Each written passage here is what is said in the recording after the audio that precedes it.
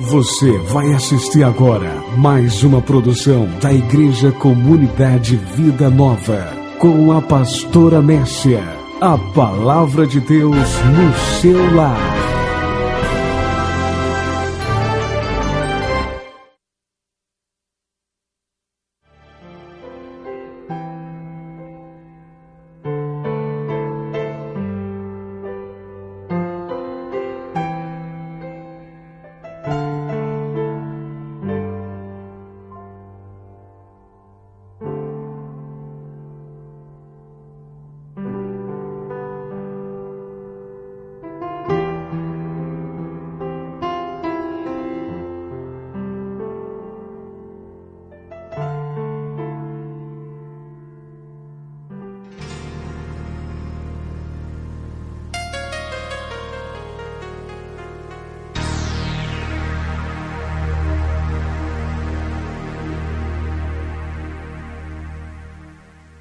A verdade é que nem todo mundo sabe o que significa Páscoa.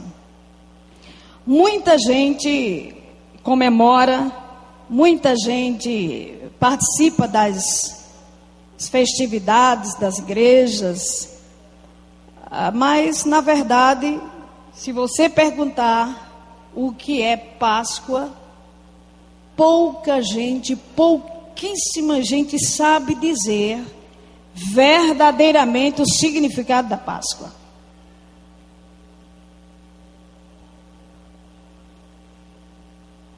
E a Páscoa, ela é bíblica.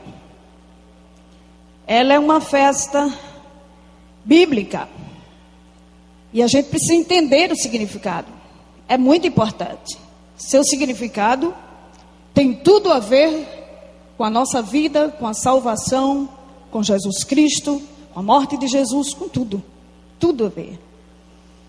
Nós não temos um dia, nós os cristãos evangélicos, não manifestamos de uma forma muito especial esse dia, porque nós entendemos que a Páscoa, ela deve ser comemorada, na verdade, todos os dias na nossa vida, e nós os cristãos entendemos que quando nós celebramos a ceia do Senhor, ali é a nossa Páscoa.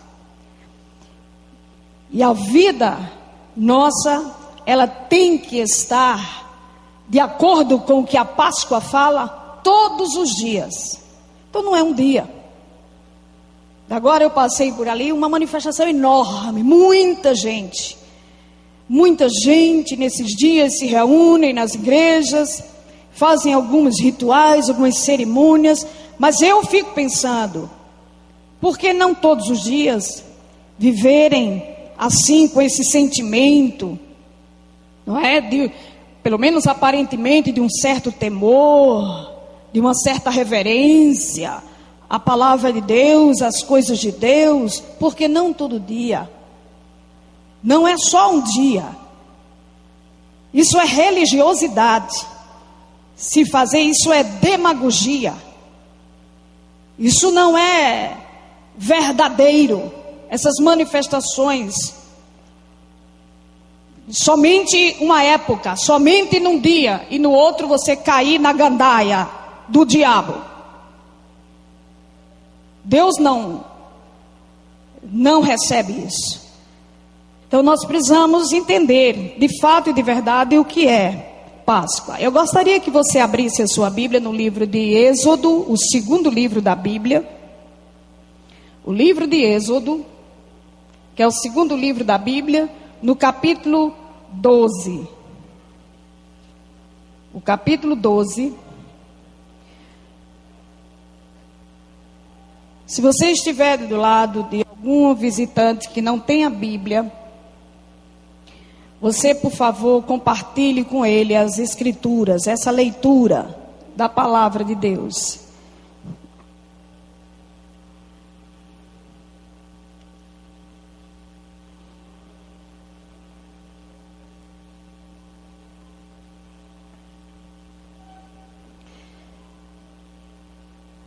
Êxodo, o segundo livro da Bíblia, no capítulo 12, nós vamos ler apenas os versículos 26 a 28. 26 a 28. de Êxodo.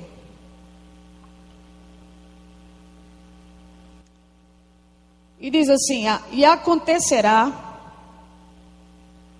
que quando vossos filhos vos disserem: que culto é este vosso?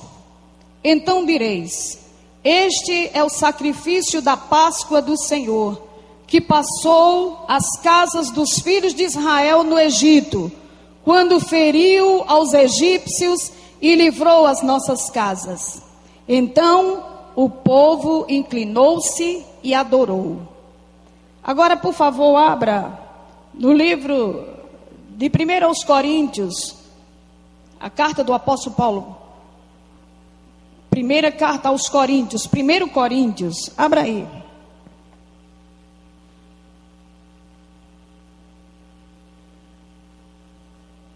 É lá no Novo Testamento. Os irmãos abram, por favor, para que o visitante também leia. No capítulo 5, 1 aos Coríntios, capítulo 5.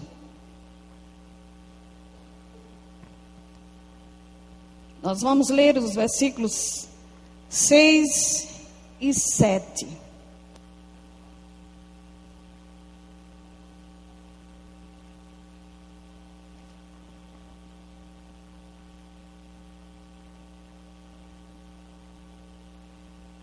Seis e 7. Não é boa a vossa jactância. Não sabeis que um pouco de fermento faz levedar toda a massa? Alimpai-vos, pois, do fermento velho, para que sejais uma nova massa, assim como estáis sem fermento, porque Cristo, nossa Páscoa, foi sacrificado por nós. Porque Cristo, nossa Páscoa, foi sacrificado por nós. Digam todos comigo: Cristo é a nossa Páscoa. Diga para quem está do seu lado: Cristo é a nossa Páscoa. Glória a Deus. Amados, primeiro eu vou lhe dizer onde surgiu a Páscoa, como surgiu a Páscoa, e depois eu vou dizer o significado dela.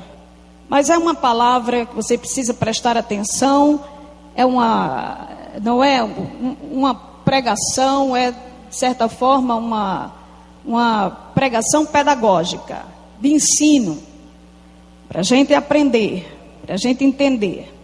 Eu sei que muita gente já entende, já sabe, já compreendeu, mas outros precisam aprender.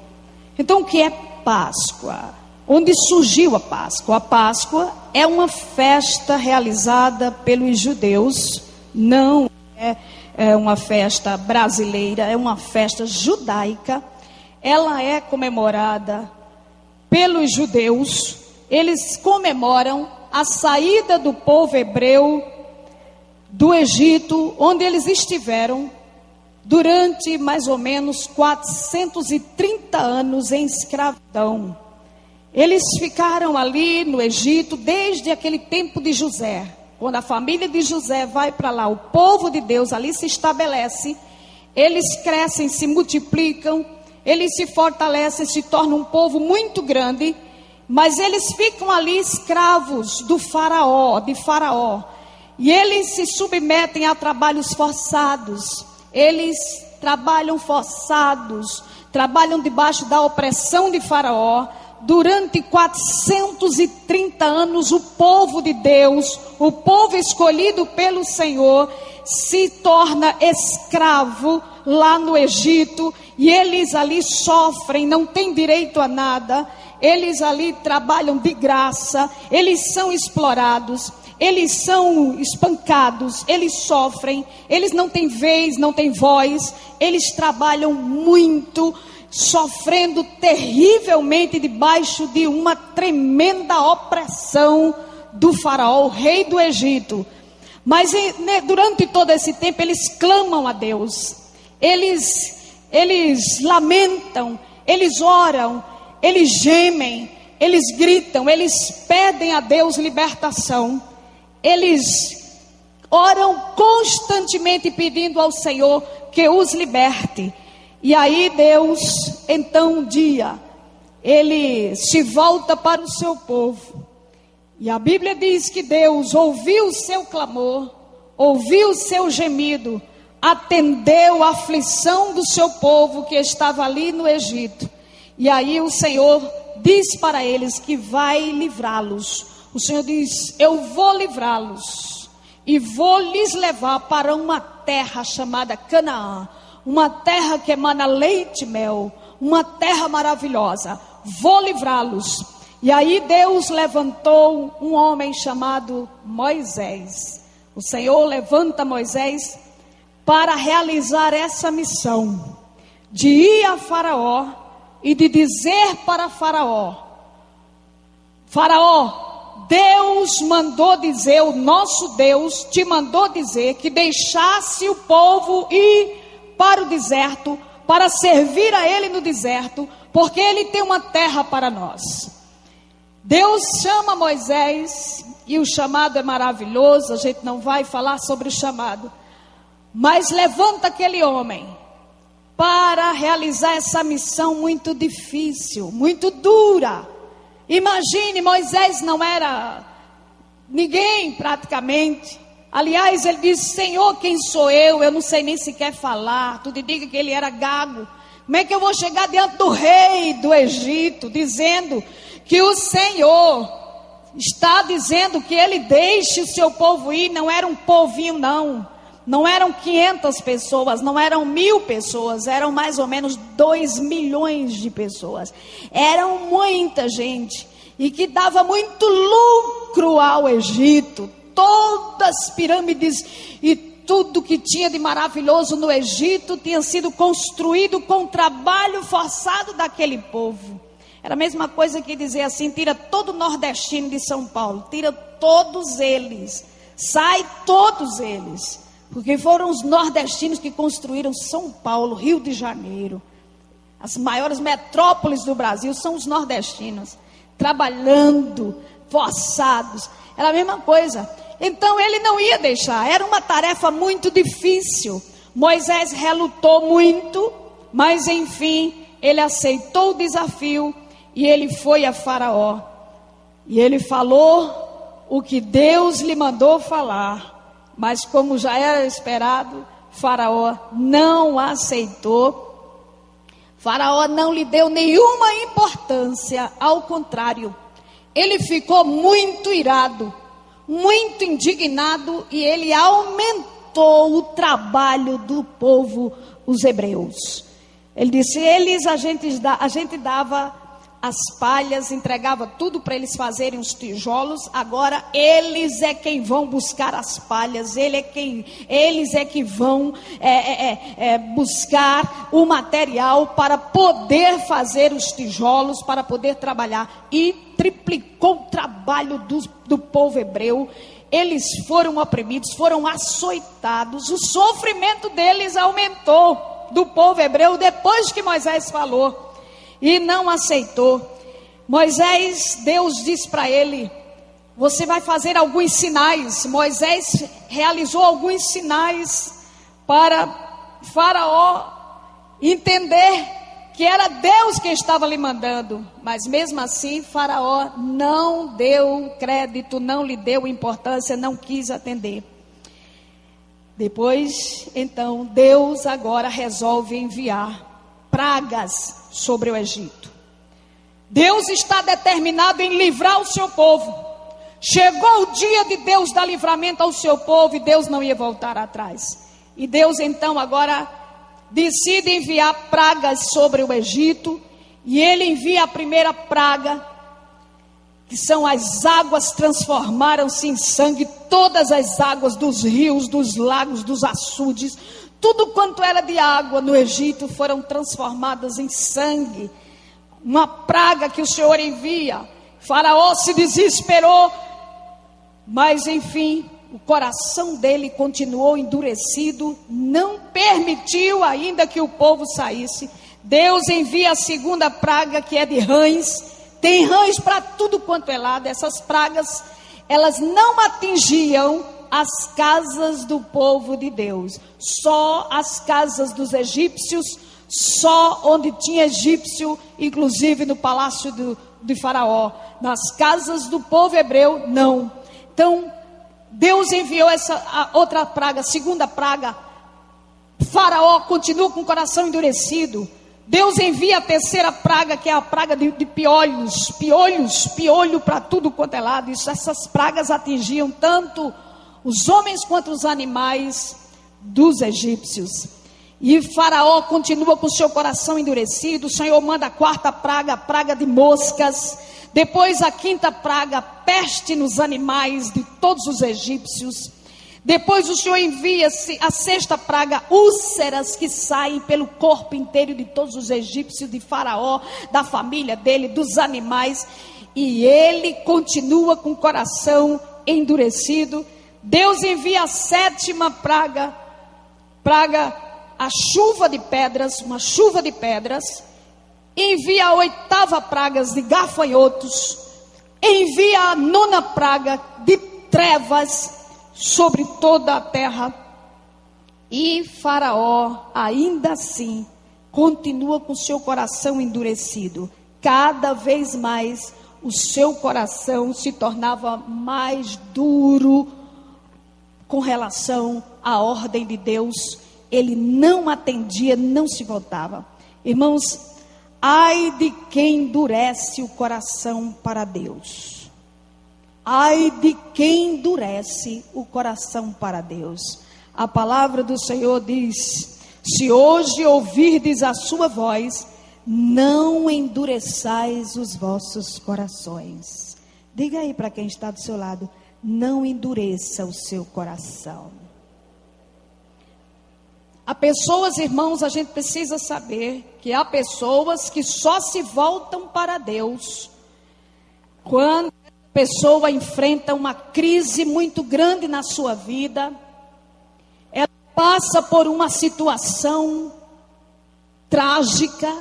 É preciso ela enfrentar uma turbulência, uma tragédia, uma doença lhe acometer e parar no leito da dor, vai para uma cadeira de roda para poder se voltar para Deus, para poder escutar a Deus. É muito triste pessoas que não têm o coração quebrantado. Felizes daqueles que quando ouvem a palavra de Deus, o seu coração se quebranta, se arrepende, se volta para Deus, através da palavra, por uma forma suave, Deus falando, Deus dá muitas oportunidades para que as pessoas se voltem para Ele, para que as pessoas se rendam diante dEle.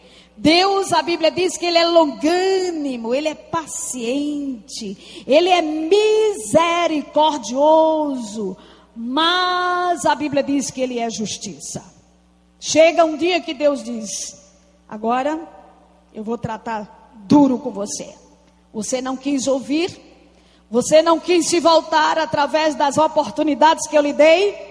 Se prepare, agora eu vou tratar. Ninguém pode enfrentar Deus, ninguém pode confrontar Deus. A Bíblia diz: agindo Deus, vamos mais forte, agindo Deus, quem impedirá? Quando Deus quer agir, meu irmão, não tem quem impeça. Ele age com mão forte, Ele também é justiça.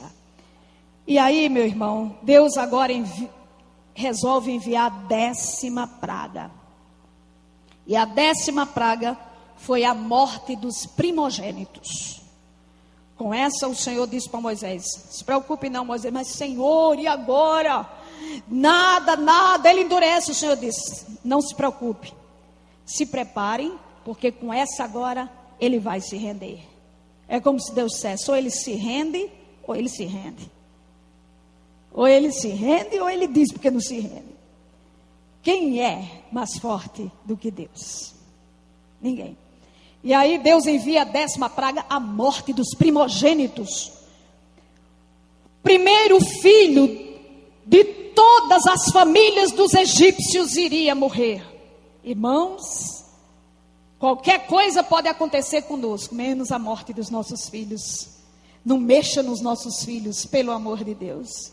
Alguma coisa acontecendo com o nosso filho, o primogênito da casa do mais simples egípcio, mais pobre egípcio, do escravo do egípcio, lá no egípcio, até a casa do faraó, até o palácio do faraó, até do maior. Todos os primogênitos iriam morrer. Como é triste, irmãos, saber que há pessoas tão soberbas, tão duras de coração, ao ponto que Deus decida ferir a sua casa. É terrível, é terrível. Eu quero dizer a você que esse Deus, Ele é o mesmo de hoje. Ele é o mesmo de hoje. Agora aqui começa o ritual de fato da Páscoa. Quando o Senhor determina a 10ª praga, a morte dos primogênitos. Deus chama Moisés e Deus instrui a Moisés para ele instruir todo o povo de Israel. Para ele dar uma instrução para o povo hebreu. E aí o Senhor lhe diz, que aí nesse capítulo que nós lemos, capítulo 12, que nós não lemos todo o capítulo, mas está aqui no capítulo 12, todas as instruções de Deus para Moisés com relação à Páscoa, o que iria acontecer. O Senhor mandou que Moisés dissesse para o povo que separasse um cordeiro macho de 1 ano, perfeito, sem mancha, sem defeito. Esse cordeiro deveria ser dessa maneira, sem nenhuma mancha, deveria ser jovem de 1 ano, deveria ser perfeito, deveria ser separado, não podia ter nenhuma doença, nem sequer uma mancha no seu pelo, não deveria ter. Ele seria morto naquele dia, à tardezinha, no crepúsculo da tarde. E aí as pessoas iam assar a carne do cordeiro, iriam comer a carne, não poderia ser cozida a carne, nem podia comer crua, tinha que ser assada no fogo. Tudo isso tinha uma simbologia, queridos. Então, agora o sangue do cordeiro, eles deveriam botar numa bacia, e eles deveriam pegar aquele sangue, ensopar uma esponja e passar nas vergas das portas. O sangue deveria ser colocado na verga das portas da casa dos egípcios, daqueles que iriam fazer esse ritual dentro de suas casas. Passar ao redor das portas, das janelas, de todas as casas, e depois ficarem dentro de casa. Ninguém mais poderia sair naquele dia, só ao amanhecer do dia.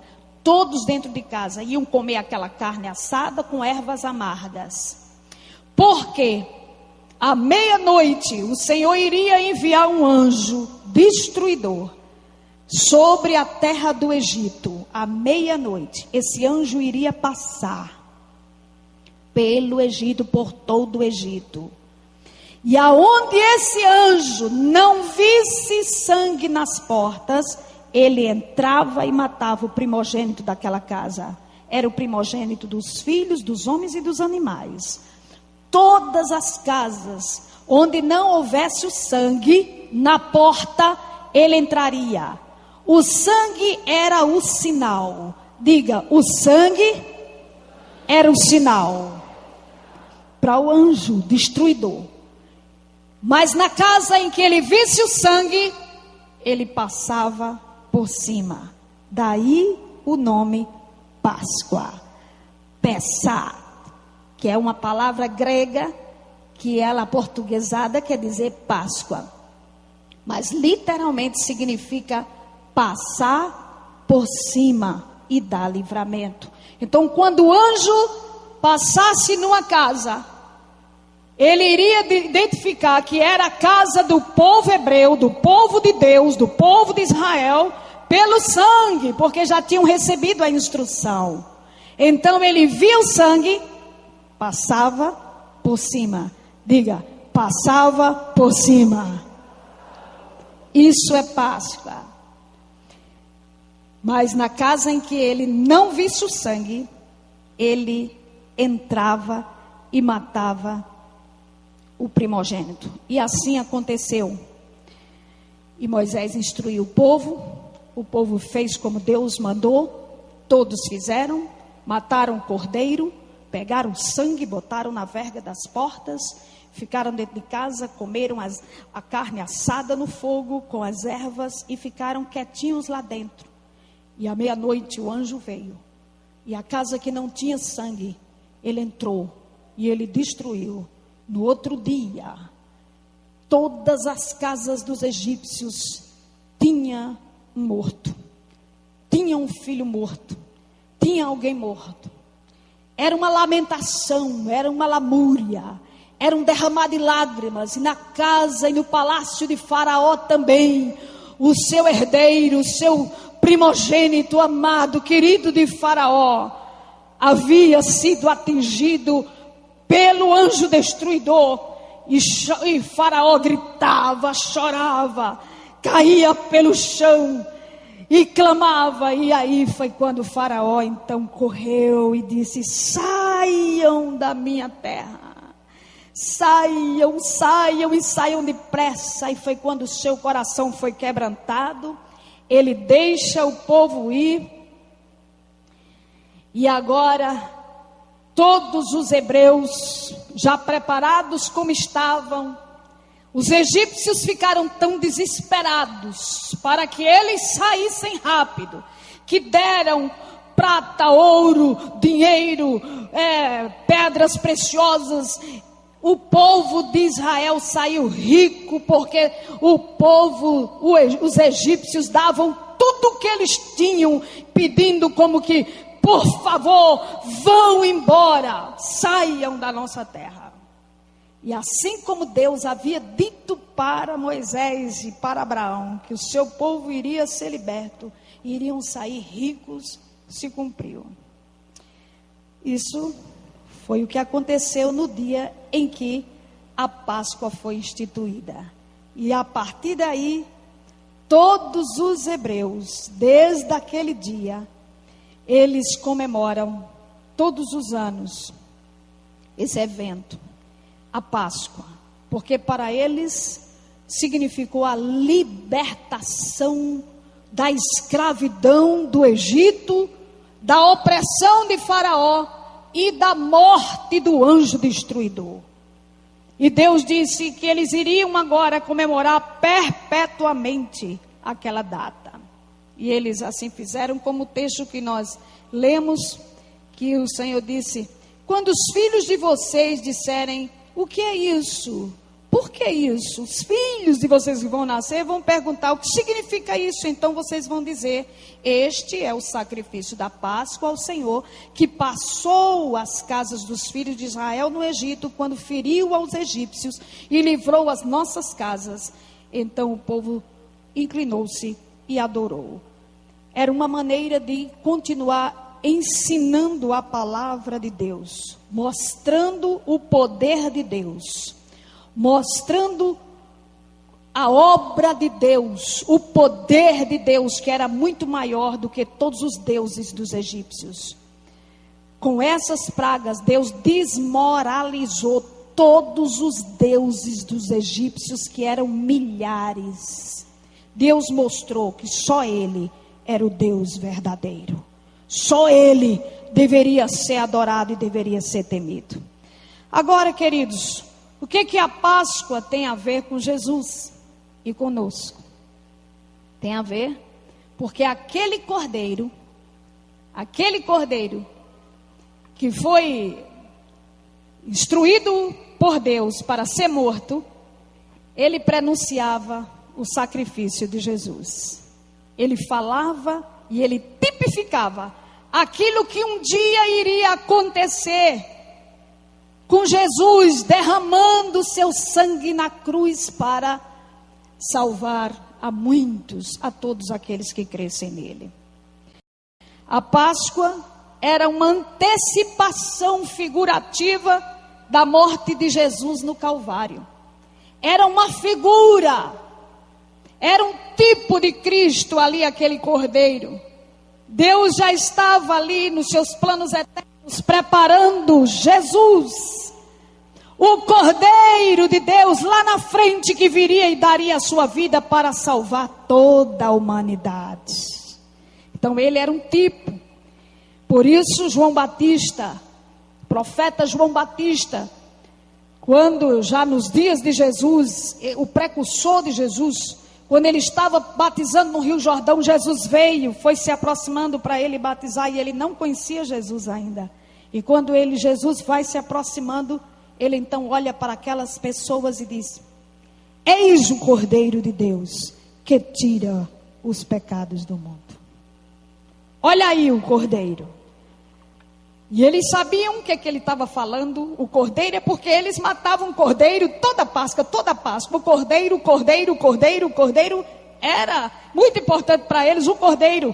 Mas João Batista diz agora: eis aí o Cordeiro de Deus que tira o pecado do mundo. E ele apresenta Jesus agora como cordeiro que vai morrer, vai derramar o seu sangue para a libertação da escravidão do pecado de todo aquele que cresce nele. A Páscoa para os hebreus os libertou da escravidão do Egito e da morte pelo anjo. A nossa Páscoa, que é Jesus, diga: Jesus é a nossa Páscoa. Ele nos libertou da escravidão do pecado e da morte eterna. Por isso nós aqui não comemoramos a Páscoa nos moldes dos hebreus. Os israelitas que ainda não creem em Jesus, que não se converteram a Jesus, que há muitos, milhares deles, eles comemoram a Páscoa nessa mesma forma, dessa mesma maneira. Esse mesmo ritual da Páscoa ainda é comemorado lá em Israel por todos os judeus que não creem em Jesus. Mas aqueles que creem em Jesus não mais precisa matar um cordeiro, fazer aqueles rituais, porque eles sabem que Jesus Cristo já fez tudo por eles. Creem em Jesus. Amém, queridos? Então, para isso foi que Jesus morreu e derramou o seu sangue para libertar todos os que crescem nele, dos egípcios e dos faraós que oprimem e escravizam. E aqui eu quero frisar uma palavra. Há muitos Egitos na vida de pessoas. Há muitas pessoas que ainda vivem num Egito de escravidão, debaixo da opressão de faraós, do faraó que é Satanás. E essas pessoas precisam ser libertas pelo poder do nome de Jesus, pelo sacrifício de Jesus Cristo. E eu quero falar aqui de alguns Egitos que existem na vida de pessoas e que estão ainda lhes escravizando. Não literalmente como o povo de Israel vivia lá no Egito, trabalhando, forçados, sem ganhar nada, apanhando, sabe, sem ter direito a regalias nenhuma, numa escravidão total. Aquilo era um simbolismo do que hoje as pessoas estão aí debaixo da opressão de Satanás, debaixo do pecado, sem liberdade espiritual nenhuma, no sentido espiritual, escravas por Satanás nos Egitos. Quero falar pelo menos de 4 Egitos e eu não vou me demorar. Mas, irmãos, há um primeiro Egito, é o Egito da imoralidade. Pessoas escravas da imoralidade. Imoralidade tem escravizado muita gente. Pessoas que vivem uma vida devassa, uma vida de pornografia, uma vida de prostituição, vida de adultério, vida de homossexualismo, uma vida de práticas imorais, repudiantes diante de Deus. Pessoas que são dominadas por esse espírito de imundícia sexual, de perversão sexual. O Egito da imoralidade Há milhares de pessoas que hoje estão escravizadas da imoralidade. São escravas, querem até sair, não conseguem. Até percebem que estão numa sarjeta de lama do diabo, mas não têm forças para sair. Estão escravas da imoralidade, pedófilos, o que a gente vê na televisão todos os dias, práticas abusivas contra crianças, pessoas como a gente fica assim, a gente chega a se arrepiar, a gente chega a se enojar, às vezes dá até ânsia de vômito. Como é que um homem estupra uma criança de 3, 4, 5 anos? Isso já se tornou corriqueiro nos jornais e na televisão. A gente nem se espanta mais. A gente nem se espanta mais quando pessoas são pegas porque são pedófilos, porque estupraram criança. A gente nem se espanta mais, está tornando coisas normais.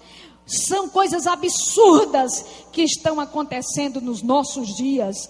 A imoralidade tomando conta até de pessoas religiosas, de pessoas que vivem nas igrejas, de pessoas que dizem que crêem no Evangelho, que dizem que crêem em Jesus, mas vivem uma vida enojada diante de Deus, com práticas de imoralidades, no adultério, em prostituição, vive no homossexualismo, na prática do homossexualismo, que é algo abominável, que é algo que Deus condena essa prática nas Escrituras Sagradas. A gente vê essas coisas não só lá no mundo, mas infelizmente dentro da casa de Deus, na igreja do Senhor. Esses últimos dias eu tenho falado muito sobre isso. Jovens que dizem que são evangélicos, mas que têm um namoro indecente, que vão para motéis, que praticam sexo antes do casamento. Todo tipo de imoralidade existe aí.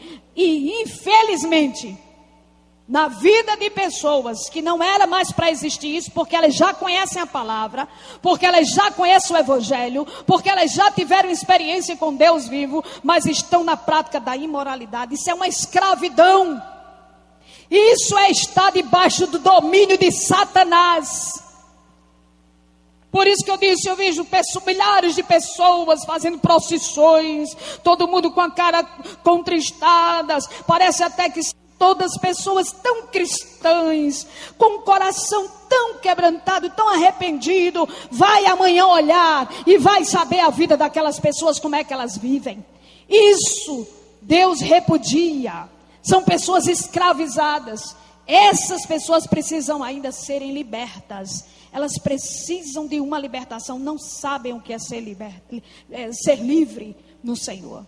A escravidão, o Egito da imoralidade. Poderia falar muito mais sobre isso, porque isso é o que mais tem atingido a igreja do Senhor, infelizmente, práticas de imoralidade. Mas eu quero falar ainda sobre outro tipo de Egito, o Egito emocional.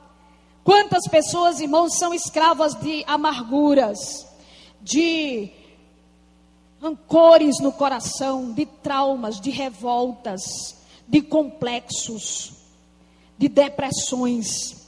Pessoas que têm um coração completamente tomado de raiz de amargura, de angústia.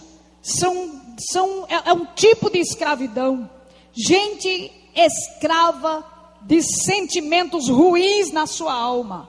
O coração é tomado, não consegue perdoar, cheio de inveja, de orgulho, de vaidade. O coração é trancafiado, não ama, não tem misericórdia de ninguém. A prepotência, a altivez no coração, a avareza no coração, essas coisas, esses sentimentos todos maléficos, destruidores, tomando conta do coração das pessoas. Não adianta ser uma pessoa religiosa, estar na igreja, dizer que é cristão, se ainda está escrava desses sentimentos. Se você é uma pessoa cheia, o coração está cheio de mágoa, cheio de traumas, cheio de revolta. Esses últimos dias eu ministrei aqui uma palavra sobre como vencer a amargura. Inclusive tem um CD e um DVD gravado sobre como vencer a amargura. Porque eu estava meditando sobre aquele rapaz lá no Rio de Janeiro, lá em Realengo, que matou aquelas crianças. E que foi algo que estarreceu o Brasil inteiro e deixou todos, abalados. Como é que pode? Chegou e matou no colégio. todas aquelas crianças inocentes, adolescentes inocentes, e o vídeo que ele deixa gravado é porque ele estava cheio de vingança, cheio de ódio, cheio de mágoa, cheio de rancores, porque quando ele era adolescente e estudava naquela escola, os colegas dele desprezavam ele, mangavam dele, criticavam ele. Teve até um que disse assim, algumas coisas foram feitas realmente, ele era aquele menino muito fechado, muito introvertido e estranho, então todo mundo mexia com ele, chamava ele de leso, de abestalhado, disso, daquele outro. Um dia pegaram até a cabeça dele, botaram dentro de um vaso sanitário e deram descarga, algumas coisas dessa natureza que a gente sabe que acontecem em escolas.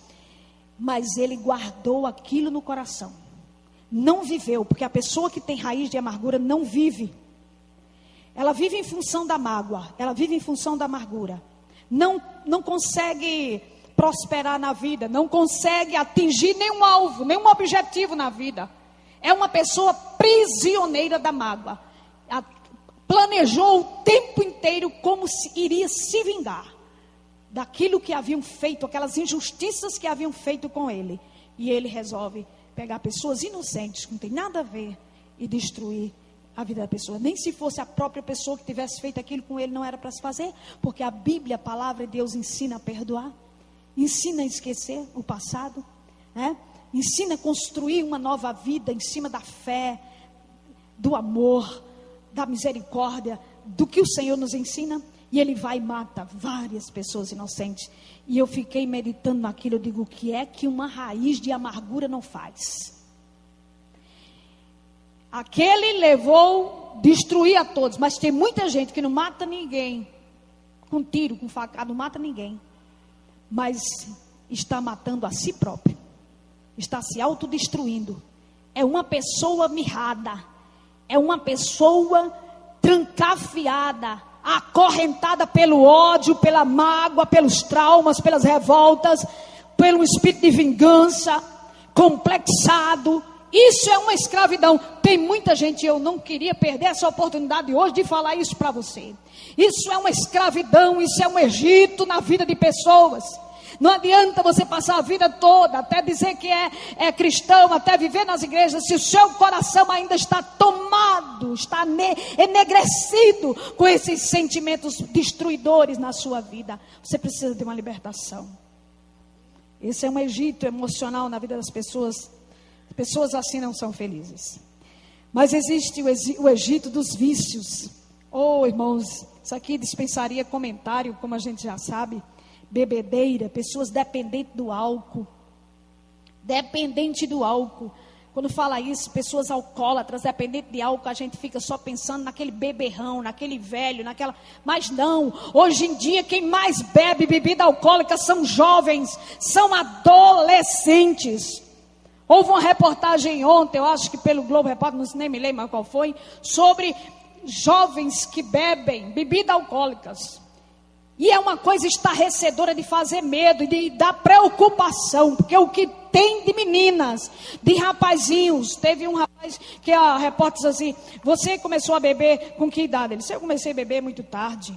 Eu digo, meu Deus do céu, o rapaz já jovem, e dizendo, eu comecei a beber muito tarde. Comecei a beber com 16 anos, tarde. Achou que era tarde, começou a beber tarde, 16 anos de idade. É brincadeira um negócio desse. Uma menina na frente da mãe com 15 anos de idade, dizendo que não bebe nem 2, nem 3 cervejas, lata de cerveja não. Ela bebe de 12 a 15 numa festa, ela bebe quase 20 latas de cerveja. E a mãe ficou rindo, o repórter olha para ela e disse, a senhora escuta isso, ainda rindo? Ela disse, eu vou fazer o quê? Vou chorar? Que coisa terrível, que coisa para fazer vergonha, pena. Infelizmente, na faculdade, uma das minhas meninas estuda ali em João Pessoa, eu estou cansado de ver meninazinhas que você olha para elas, não dá nada, magrinha, esquiazinha, uma menininha novinha, timidazinha, cabecinha abaixo, que a gente olha assim, mas quando bebe, vira as canecas, levanta as pernas e, sabe, o povo leva para casa nos braços. Bebe cachaça limpinha, bebe de cair. Como é que pode um negócio desse? Se preserve disso, dessa escravidão. Um jovem que estudava com minha menina, jovem, mas já estava com cirrose. Menino novo, dependente do álcool, já estava com cirrose, por causa da bebida. Escravidão, bebidas alcoólicas, cigarro, drogas, isso são escravidões. Jogo, gente que é viciada em jogos de azar, escravidão. Farra, gente que só quer estar nas farras, nos finais de semana, nas festinhas, nas baladas, nos carnavais. Agora há pouco no carnaval eu falei para você, o que tinha de gente que vive nas igrejas, nos carnavais, e não tinha nem um pingo de senso, de respeito por Deus, pela palavra de Deus, por dizer que era cristão, mas estava lá, com cerveja na mão e nas festas, nos carnavais. Escravidão, gente escrava, pessoas prisioneiras que estão debaixo dessa opressão, desse faraó chamado Satanás. Os vícios, vício de pornografia, vício de prostituição, tem gente que é viciado em sexo. Viciado em sexo. Isso é vício. Isso é escravidão. Isso é você não ter domínio próprio. A Bíblia diz que o homem, quando tem Jesus Cristo, o pecado não exerce domínio sobre a sua vida. Ele tem uma coisa chamada domínio próprio, fruto do Espírito. E o pecado agora está sobre rédea, está no domínio dele e não exerce domínio sobre a vida dele. Pessoas que são libertas em Cristo. Ser livre em Jesus é isso. É você não precisar de cair numa gandaia, numa balada, e se encher de cerveja e estar numa noitada de prazer, de perversão sexual, para poder se alegrar. Ser livre em Cristo é você não precisar de nada disso e você ser uma pessoa cheia de verdadeira alegria, de paz, e ser uma pessoa feliz. De fato e de verdade. De fato e de verdade. Mas um quarto Egito, na vida das pessoas, é o Egito espiritual. Pessoas comprometidas com demônios. Espíritos enganadores. Feitiçaria, macumbaria, espiritismos. Pactos que pessoas fazem com demônios. Tanta gente que tem feito pacto com demônio. Eu acho engraçado porque o povo não quer fazer um pacto com Deus. Quando a gente diz assim, você quer dizer a Deus que você quer servir a Ele, as pessoas ficam numa cerimônia muito grande, numa resistência, como se fosse uma coisa preocupante, como se fosse lhe dar muito trabalho, trazer muitos problemas à sua vida depois.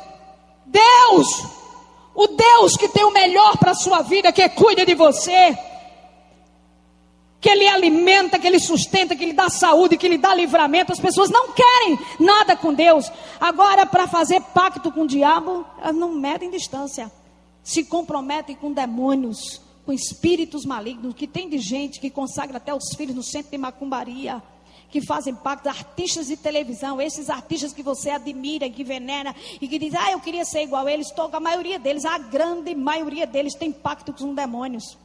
Tem pactos, fizeram pactos com o demônio. Por isso alguns deles só vestem branco na sexta. Outro tem que pintar uma unha não sei o que. Outro tem que vestir uma roupa preta não sei que dia. Tem que fazer não sei o que lá. Tem que fazer não sei o que lá. Compromissos, comprometimento com demônios. E eles têm medo.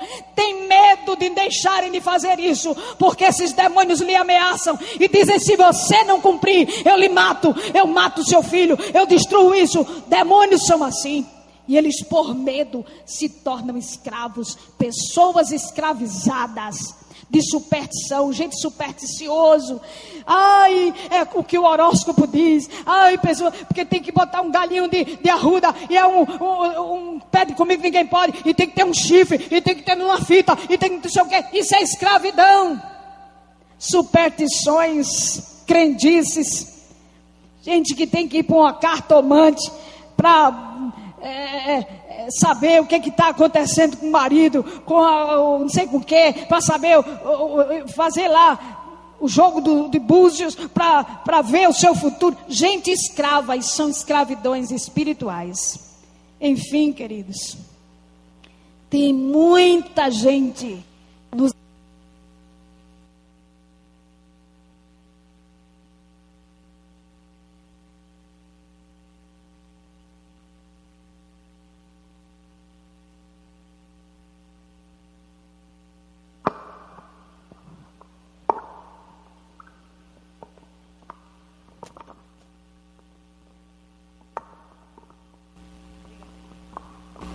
Acho que a pilha acabou.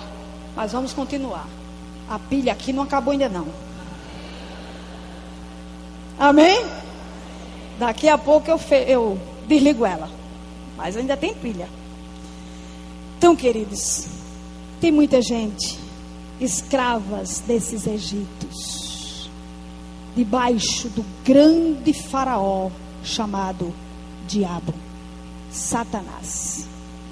Quem aqui, antes de ser hoje uma pessoa como você é, feliz, alegre, livre, quem era que estava escravo de uma dessas coisas aqui? Levanta a mão para eu saber. Quem era escravo aqui? Quem era escravo? Um bocado de gente que era escravo aqui de Satanás, através de uma dessas coisas aqui, sabe?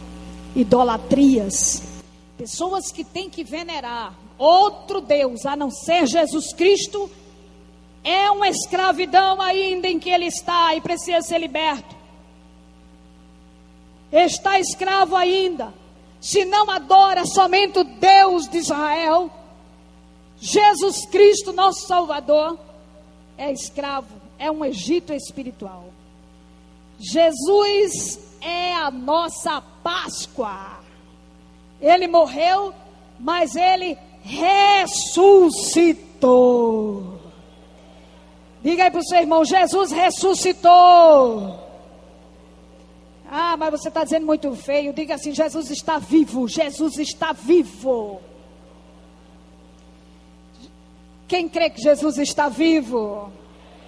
A Bíblia diz: nenhum outro Deus, desde os séculos passados, os deuses que existem por toda a terra, por aí, países que a gente sabe que tem bilhões de deuses, trilhões de deuses, como a Índia, é tanto Deus, nenhum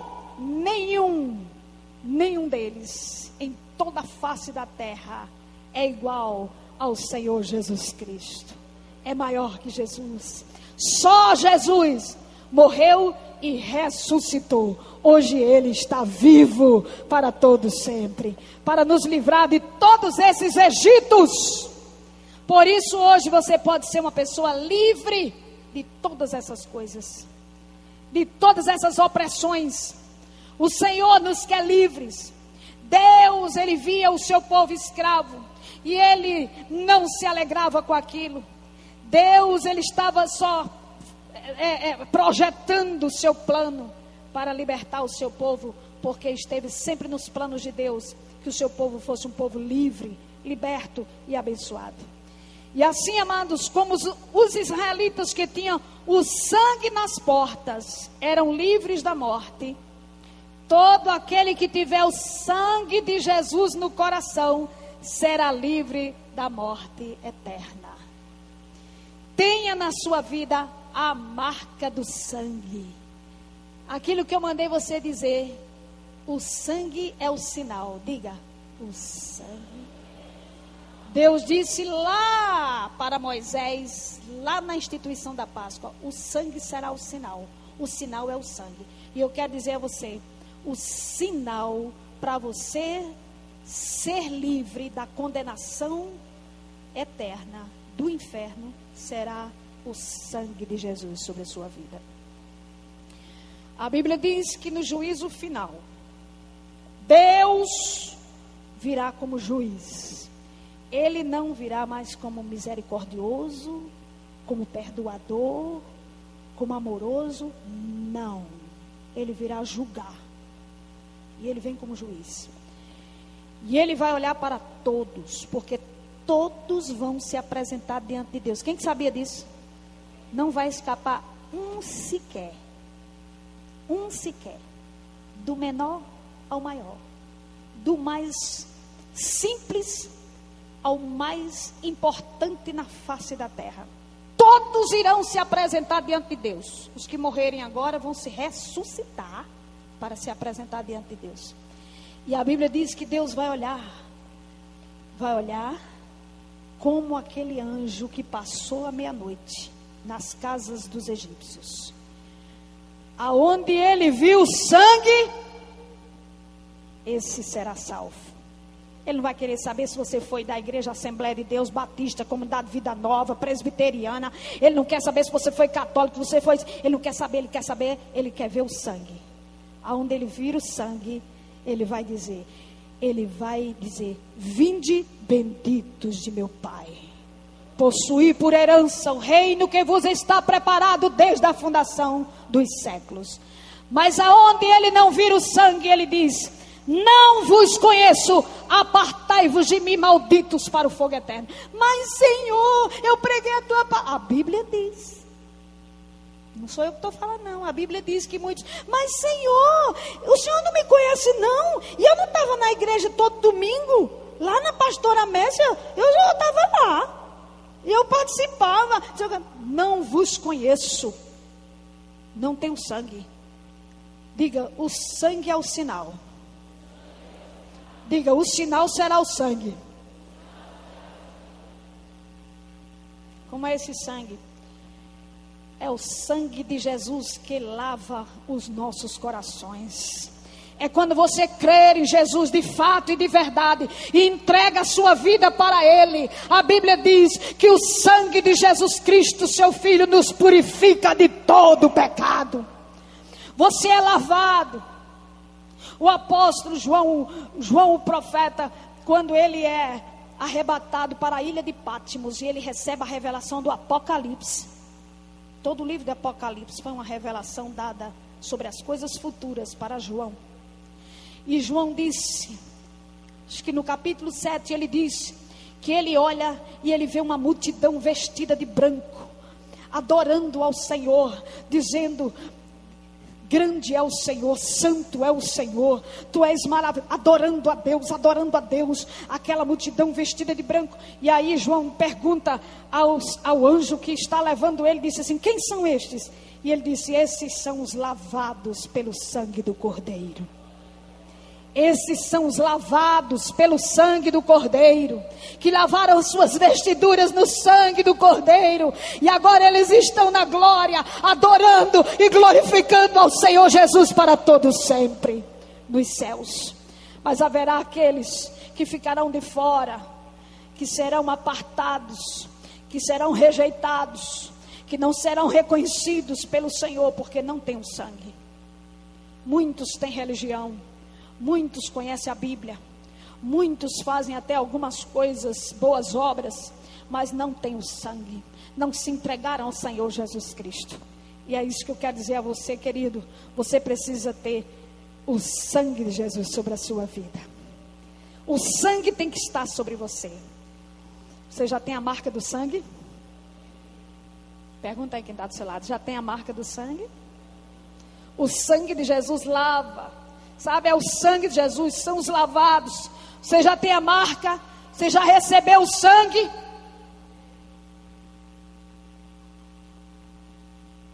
Se você já é lavado e remido pelo sangue de Jesus, você não está mais no Egito chamado pecado, podridão, imundícia, prostituição, adultério, fornicação, pornografia. Você não está mais lá nas bebedeiras, nos vícios, na idolatria, na rebeldia. Você não está mais lá. Você está livre. Quem tem o sangue já saiu de debaixo do poder de Faraó, Satanás. Quem tem o sangue já está liberto. Está livre. Hoje está livre. Pecado não lhe domina mais. O Espírito Santo está no seu coração. Ele anda no Espírito e agrada ao Senhor. Tem a marca do sangue? Fecha teus olhos aí. Baixe sua cabeça. Eu encerro aqui essa palavra, mas eu quero orar. Eu quero orar e dizer para você que o sangue é o sinal. E é o sangue de Jesus Cristo. Não é um título, não é um ingresso numa igreja, não é uma denominação. Eu sou dessa denominação. Não. Você precisa ser de Jesus de fato e de verdade. O sangue já está no seu coração. Você já está lavado pelo sangue do Cordeiro. Você já foi perdoado pelo sangue do Cordeiro. Se o Senhor olhar para você, Ele vai ver o sangue. Feche os seus olhos e olhe isso para você. Só quem sabe dizer é você. Você sabe dizer se você já tem o sangue ou não. Como é que tem o sangue? Aqueles que creem em Jesus, que entregam suas vidas a Jesus Cristo, que diz para Ele: eu quero servir a Jesus.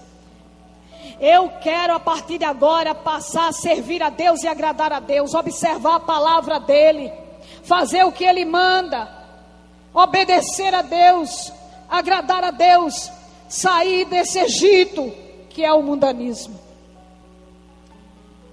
Ore nessa hora. Se você tem dúvida, meu Deus, será que meu coração já está coberto com o sangue do Cordeiro? Será que meu coração já está lavado pelo sangue de Jesus? Se você tem essa dúvida, por via das dúvidas, faça essa oração agora. Por via das dúvidas, não custa nada. Ore agora comigo assim, aí mesmo você está. Diga: Senhor Jesus, eu ouvi a tua palavra e eu creio que ela é a verdade. Tu és o nosso Salvador. Tu és o Cordeiro de Deus, que deste a tua vida para salvar a minha vida. Senhor, eu quero que o Senhor me liberte da escravidão dos Egitos que ainda existe na minha vida. Me liberte, Senhor, me liberte. Eu quero sair de debaixo da opressão de Satanás. Eu quero ser livre. Eu quero ser de fato servo, serva do Senhor. Eu quero, Deus, que naquele dia que o Senhor vai julgar todos, eu quero que o Senhor olhe para mim e veja o sangue. Eu quero que o Senhor veja o sangue de Jesus na minha vida. Porque eu agora recebo Jesus Cristo como meu Salvador, como meu Senhor. Eu entrego a Ele o meu coração, a minha vida. Eu entrego a Ele o meu corpo para ser santificado a Ele. Eu me consagro a Ti agora, Senhor. Tenha misericórdia de mim. Receba-me nesta hora. E lava o meu coração. Em nome de Jesus Cristo. Em nome de Jesus. Em nome de Jesus. Você orou? Quem orou? Quem fez essa oração? Levanta a mão, só que eu quero saber quem fez essa oração. Muito bem. Muito bem. Toda a igreja fica de pé. E todos esses que fizeram essa oração, venha para aqui, porque agora eu vou fazer uma oração por você. Venha. Todos vocês que fizeram essa oração, venham para cá. E eu vou orar por vocês agora. Se você orou sinceramente, diante de Deus, venha para cá. Isso é importante, irmãos, que a gente faça isso. É muito sério.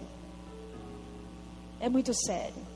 Por isso que eu disse a você que tem muita gente aí fora que celebra Páscoa. Páscoa você viu que não tem nada a ver com ovo de chocolate, não tem nada a ver com coelho, não tem nada a ver com isso.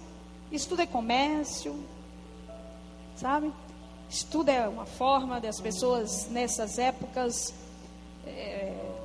ganharem dinheiro. E fica as pessoas, Feliz Páscoa, toma um ovo, não sabe de nada. E vão para as festas, vão para as igrejas, vão para as procissões, sabe de nada. Nós que conhecemos a palavra, eu fico olhando, não sabe o que é que significa isso. Esse anjo é o símbolo, o anjo destruidor, que passou pelo Egito, é o símbolo da justiça divina, que um dia se revelará sobre a humanidade inteira. Sobre a humanidade inteira. Não endureça o seu coração. É bobagem endurecer o coração. Endurecer o coração para Deus. Faça isso não. porque você pode estar decretando algo trágico na sua vida. As 10 pragas simbolizou isso. A misericórdia de Deus. As 9. A misericórdia de Deus. Deus mostrando. Ceda. Deixe. Libere. Faça como eu estou falando. Escute a minha voz. Escute a minha palavra. Receba o meu recado. Faraó, não, não, não, não e não. A última representou a justiça divina. E isso tudo é prefiguração do que também ainda vai acontecer no final de tudo. Tem muita gente hoje que não quer dar ouvido a Deus, que o negócio é só mundo, é só farra, é só, sabe, prazer. Só quer saber disso. Até onde vai isso que você está pensando que vai durar tanto? Até onde vai isso? Você pensa que vai até quando? Só precisa uma doença te pegar, uma bactéria. Hoje eu vi um rapaz que foi atingido por uma bactéria. Saudável, jovem, bonito. E eu fiquei pensando isso hoje. Eu digo, meu Deus, o que é uma bactéria? Uma bactéria invisível. Ela é invisível. Bactérias são invisíveis. Você pode pegar em qualquer lugar, no ar, na água, com outra pessoa. Ela é invisível. Um germe, um mal, algo infeccioso, se pega. Uma bactéria, um menino saudável, a bactéria, dentro de um dia, a bactéria derrubou ele ficou sem andar, foi para o leito, foi ficar em coma. O que é uma bactéria? Diante de uma pessoa, nada. Mas ela derruba um mosquito da dengue, por exemplo. Agora, o que é que a pessoa pensa que é, hein? Eu gosto tanto de questionar sobre isso. O que é que as pessoas arrogantes e que andam em cima dos, sabe? E que montado no seu cavalo, e que cheio de eu, porque eu faço, porque eu quero, porque eu sou. Você não é nada. Não brinca com Deus. Deus para te derrubar é dentro de piscar de olhos. Brinca não. Brinca com Deus. Tem muita gente brincando com Deus. A Bíblia diz, o Senhor diz, de Deus não se zomba. Eu não me deixo ser escarnecido. Deus diz, eu não vou me deixar ser escarnecido. Não brinque comigo não. Eu estou sendo bom, misericordioso. Eu estou te vendo. Eu te pego. A Páscoa significa tudo isso. O Senhor mostrando que aquele coração do faraó, rei do Egito, da maior potência da face da terra nos dias de Moisés, era o Egito. Era não sei nem dizer Barack Obama, é nada. Barack Obama não era nada diante dele. O homem mais poderoso da face da terra. Mas o Senhor soube, Deus sabe como fazer com que as pessoas se voltem para Ele. Deus sabe como fazer com que as pessoas escutem Ele. Eu não fui besta nem nada. Quando Deus me chamou, eu fui logo. Porque eu já entendia isso. E eu me voltei, me rendi. Nem me arrependi. Estou feliz demais. Amigas minhas que na época eram colegas minhas. E que vivia, sabe? Cheia de sonhos ilusórios. E namorinho, e festa, e bebida, e sabe? Quiseram nada. Hoje eu olho para algumas delas, coitada. Elas diante de mim parece uma velha de 60 anos, 65 anos, sem marido, sem profissão, sem casa para morar, nada. Vale a pena servir a Deus. Vale a pena servir a Deus. Hoje eu sou livre. Hoje eu tenho uma família abençoada. Hoje eu tenho um ministério abençoado. Hoje eu tenho Deus. Eu sou livre. Quem pode dizer que é livre aqui? Diga, eu sou livre. Você é livre? Diga, pergunta aí para o seu irmão, você já é livre? Já?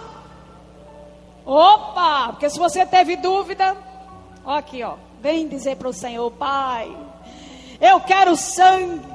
Eu quero a marca do sangue. Eu quero a marca do sangue de Jesus na minha vida. Fecha teus olhos, toda a igreja. Ó Deus, todos esses teus filhos que aqui estão na frente, ouviram a tua voz, entenderam a tua palavra, e eles, ó Deus, com muita sinceridade, antes de tudo, com muita sinceridade do coração, estão dizendo para ti, Pai, eu quero a marca do sangue no meu coração. Eles estão sendo sinceros, estão dizendo, Senhor, tenha misericórdia de mim. Ainda um Egito do qual eu preciso ser liberto. Me liberta, Senhor, me livra. Me tira dessa escravidão, porque eu quero ter a marca do sangue do Cordeiro no meu coração. Eu quero que quando o Senhor olhar para mim, o Senhor veja o sangue e o Senhor me libere, o Senhor me salve, o Senhor me tenha como teu filho. E o Senhor me convide a entrar nas mansões celestiais. Pai, em nome de Jesus, toma, Senhor, todos esses teus filhos aqui e outros que estão nos bancos ainda sentados, não quiseram vir, mas eles também estão orando e dizendo para ti, Senhor, quero a marca do sangue. Senhor, lava esses corações. Entra nessas vidas, Senhor, purifica-os, escuta a sua oração, a oração que cada um está fazendo, a entrega que cada um está fazendo a sua própria entrega, da sua vida, da sua alma, do seu espírito, do seu coração. Recebe, escreve seus nomes no livro da vida, derrama o sangue, que eles nesta noite sejam lavados, perdoados, reconciliados com Deus e voltem a ter comunhão com o Senhor nesta noite. Que eles voltem hoje livres, que nenhuma carga esteja mais sobre eles, que nenhuma escravidão agora esteja sobre suas vidas, que nenhuma algema esteja mais lhe prendendo. Que o Senhor os solte, o Senhor os liberte, como o Senhor os libertou o povo de Israel lá do Egito. Liberta-os, ó Pai, e dar-lhes essa certeza, dar-lhes essa segurança, dar-lhes essa paz, de que agora eles têm a marca do sangue de Jesus. E isso lhes será como sinal. Isso lhes será como sinal para que no dia do juízo eles recebam a salvação eterna. Na verdade, a salvação, a tua palavra nos garante que a gente recebe a partir do momento quando recebemos Jesus como Salvador da nossa vida. Quando nos entregamos a Ele de verdade, a salvação da nossa vida, o sangue já é derramado sobre nós, os nossos pecados são perdoados. Senhor, o que eu tinha de fazer eu fiz, Pai, foi entregar a tua palavra de uma forma, ó Deus, limitada, mas a forma como eu, ó Deus, pude fazer para explicar o que acontece, o que é que vai acontecer. Deus, foi essa. Agora, Espírito Santo, trabalhe nos corações e que haja verdadeiro arrependimento, em nome de Jesus. Você acabou de assistir mais uma produção da Igreja Comunidade Vida Nova, com a pastora Mércia, a palavra de Deus no seu lar.